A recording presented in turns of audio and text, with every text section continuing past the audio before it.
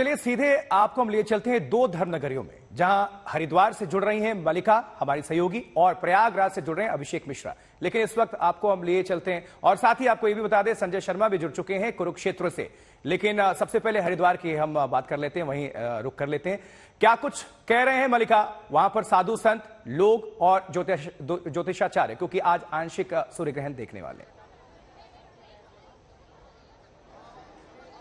ओम नमो गंगायै विश्व रूपिणी नारायणी नमो नमः। यहाँ पर माहौल गंगामय है आशुतोष, और क्योंकि सूर्य ग्रहण से जुड़ी जानकारी हम अपने दर्शकों तक लगातार पहुंचा रहे हैं कि कितने बजे सूर्य ग्रहण आरंभ होगा, कितने घंटों तक जारी रहेगा, और इस बार सूर्यास्त के बाद भी ग्रहण का असर रहने वाला है। शाम 6:32 पर सूर्य ग्रहण की समाप्ति होगी और दुर्लभ संयोग इस बार बन रहा है क्योंकि दिवाली के बिल्कुल अगले ही दिन सूर्य ग्रहण पड़ रहा है। लेकिन यहाँ पर जो श्रद्धालु पहुंचे हैं आशुतोष, उनकी आस्था पर कोई असर नहीं पड़ा है। मैं हरिद्वार की हर की पौड़ी में मौजूद हूं और ये अपने आप में एक बहुत अहम धार्मिक स्थल है। यहाँ पर माना जाता है कि गंगा स्नान कर लेने से पापों का नाश हो जाता है और मरने के बाद मोक्ष की प्राप्ति होती है। रोज ही यहाँ पर बहुत बड़ी संख्या में श्रद्धालु आते हैं। और लेकिन आज की अगर विशेषता बात की जाए, क्योंकि आज सूर्य ग्रहण लगने वाला है, सूर्य ग्रहण पर गंगा स्नान का विशेष महत्व माना गया है। देवी भागवत पुराण में कहा गया है कि अगर आप आज के दिन सूर्य ग्रहण के मौके पर गंगा स्नान करते हैं तो 10 करोड़ गुना ज्यादा लाभ उसका आपको मिलता है। कुछ श्रद्धालु मेरे साथ आशुतोष यहाँ पर मौजूद हैं, उनसे मैं जानती हूँ आप कहाँ से आई हैं? हम है दिल्ली से। तो आज गंगा स्नान के लिए आप सूर्य ग्रहण के दिन आई हैं, क्या सोच कर आई हैं? अरे सोच के आने की गंगा मैया नहा ली, सुख दिए घर में, दुख का। तो गंगा मैया के आपने स्नान कर लिए? जी जी जी जी हम लोग सुबह 6 बजे पहुंचे हैं यहाँ पे, गंगा स्नान किया है। गंगा स्नान के बाद ये माना जाता है कि ग्रहण के दिन गंगा स्नान करना बहुत ही आवश्यक होता है, इसलिए हम लोग शाम तक प्रतीक्षा करेंगे। ग्रहण खत्म होने के बाद दोबारा स्नान करके फिर हम लोग दिल्ली को वापस जाएंगे। और आपकी क्या मान्यता है सूर्य ग्रहण के दिन गंगा स्नान से जुड़ी? बहुत बड़ी मान्यता है, सूर्य ग्रहण के दिन गंगा स्नान करने से बहुत बड़ा फल मिलता है। और हम गंगा स्नान इसलिए करते हैं कि प्रभु गंगा जी के जो सूर्य इस पे भगवान जी पे ग्रहण लगा हुआ है उसके प्रति कुछ हमें आप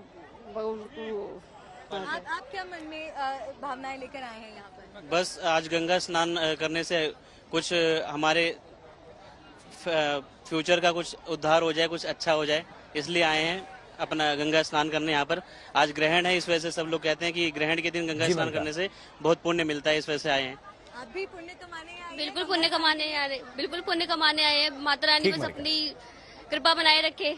बिल्कुल। तो आपने देखा आशुतोष, यहाँ पर लोगों के बीच बेहद आस्था है क्योंकि गंगा स्नान वैसे भी अगर हम देखें हमारे हिंदू धर्म में बहुत अहम माना जाता है। पापों का नाश माँ गंगा करती है। तो यहाँ पर लोग, अगर मैं आपको बताऊं, बड़ी संख्या में जब से हम यहाँ पर आए हैं संख्या श्रद्धालुओं की लगातार बढ़ती ही जा रही है। कपाट फिलहाल मंदिरों के बंद हैं। हमारे साथ हम अब रुक कर लेते हैं प्रयागराज का। प्रयागराज से हमारे सहयोगी अभिषेक मिश्रा हमें ज्वाइन कर रहे हैं। अभिषेक, गंगा यमुना सरस्वती तीनों का संगम माना जाता है प्रयागराज को। प्रयागराज में किस तरह से श्रद्धालु आस्था की डुबकी लगा रहे हैं, क्या कह रहे हैं, क्या है उनकी प्रतिक्रिया? देखिए बिल्कुल आशुतोष, संगम नगरी है प्रयागराज और यहाँ माँ गंगा यमुना सरस्वती तीनों अवतरित हुई हैं। तो इसका जो महत्व है वो काफी बढ़ जाता है, क्योंकि अगर सूर्य ग्रहण के प्रकोप से मोक्ष चाहिए, निदान चाहिए, तो यही स्नान है जिसको करने के लिए श्रद्धालु आ रहे हैं। हम इस वक्त लेकिन मौजूद है घाट के पास नहीं, जहाँ पर इस मंदिर में इस वक्त राम का कीर्तन चल रहा है। जो श्रद्धालु आ रहे हैं, जो संत हैं, जो पुरोहित हैं, वो यहाँ पे इस कीर्तन को कर रहे हैं। और बताया जाता है कि इस कीर्तन का बहुत महत्व है, क्योंकि अगर सूर्य के ग्रहण के प्रकोप को कम करना है तो राम के नाम का जप और मंत्रोच्चार बेहद जरूरी है। बातचीत करेंगे, हमारे साथ पुरोहित जी मौजूद है। कितना महत्व है सूर्य के पहले इस तरीके से मंत्रोच्चार और राम के नाम का? सूर्य ग्रहण के पूर्व सूर्य ग्रहण के समय जो भी जाप किया जाता है वो सिद्ध हो जाता है, उससे सुख समृद्धि अच्छे स्वास्थ्य का लाभ मिलता है। और हमारे यहाँ जो कीर्तन हो रही 11 वर्ष से हो रही है, लगातार चल रही कीर्तन। बहुत समय बाद ये संयोग बना है, इतना बड़ा जो सूर्य ग्रहण का पड़ रहा है, ये संयोग भगवान की कृपा है। जब भी संयोग है, ग्रहण का संयोग बना तो उसमें जो है जब तक करना चाहिए उस अवसर पर जो है। श्रद्धालु जितने स्नान के लिए आते हैं, राम का नाम लेते हैं, जितने भी श्रद्धालु आ रहे हैं, तो राम का कीर्तन और राम का भजन कितना महत्व देगा आज सूर्य ग्रहण? पूरा एक जो होता है चतुर्मासा वो पूर्ण व्रत वो जो है उसमें जो एक माला जपने से ही पूरा हो जाता है। मतलब जितना साल भर हम जप करते हैं और ग्रहण के समय उस जप कर लेते हैं, एक माला 1 घंटे 2 घंटे में वो उतना 4 साल भर का जब पूरा हो जाता है।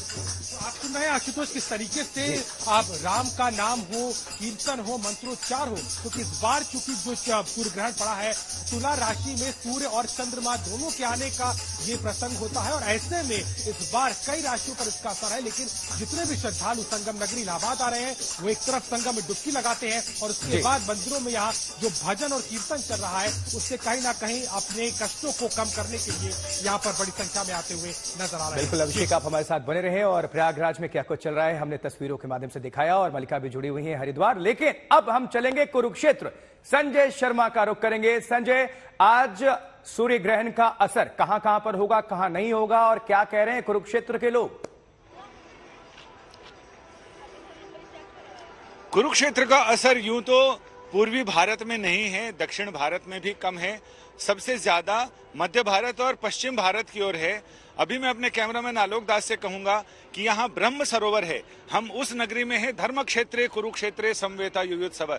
संजय से द्वापर युग में और हस्तिनापुर में बैठे हुए धृतराष्ट्र ने पूछा था कि धर्म क्षेत्र कुरुक्षेत्र में मेरे और पांडव के पुत्र जो युद्ध के लिए उत्सुक हैं उन लोगों ने क्या किया, संजय विस्तार से कहो। और संजय ने उनको यहाँ से इसी कुरुक्षेत्र से वो आंखों देखा हाल बताया था वहां बैठे हुए, रनिंग कमेंट्री। ये ब्रह्म सरोवर है। महाभारत के समय भी यहाँ पर सूर्य ग्रहण हुआ था और सूर्य ग्रहण के बाद पांडव भगवान कृष्ण यहाँ पर आए। इसके बाद अपने कुल हत्या, गोत्र हत्या, गुरु हत्या, उनके पाप से विमुक्ति के लिए पांडवों ने यहाँ पर श्राद्ध किया था। आज भी यहाँ पर सूर्य ग्रहण के समय लोग श्राद्ध करते हैं।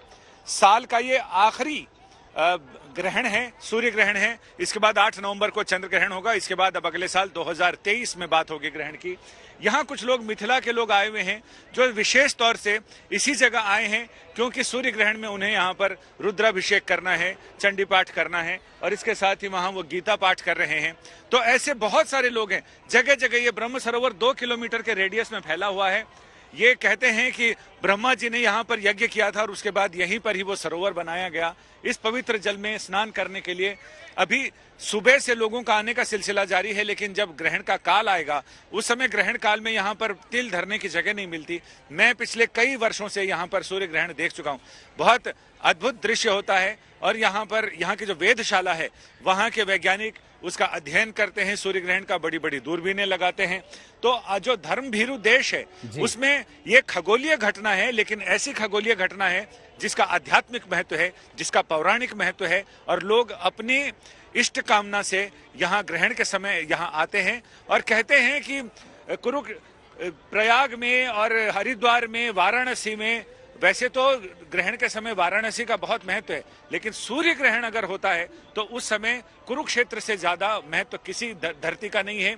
इस पुण्य भूमि का महत्व है जिसके बारे में लोग कहते हैं कि यहाँ 1 लाख अश्वमेध यज्ञ का जो पुण्य मिलता है बाकी समय वो यहाँ पर ग्रहण के समय स्नान, दान, जप, तप ये करने से मिलता है। क्योंकि यहाँ पर तीनों तरह की शुद्धि होती है। शरीर की शुद्धि के लिए स्नान है, मन की शुद्धि के लिए, आत्मा की शुद्धि के लिए जप है और धन की शुद्धि के लिए दान है।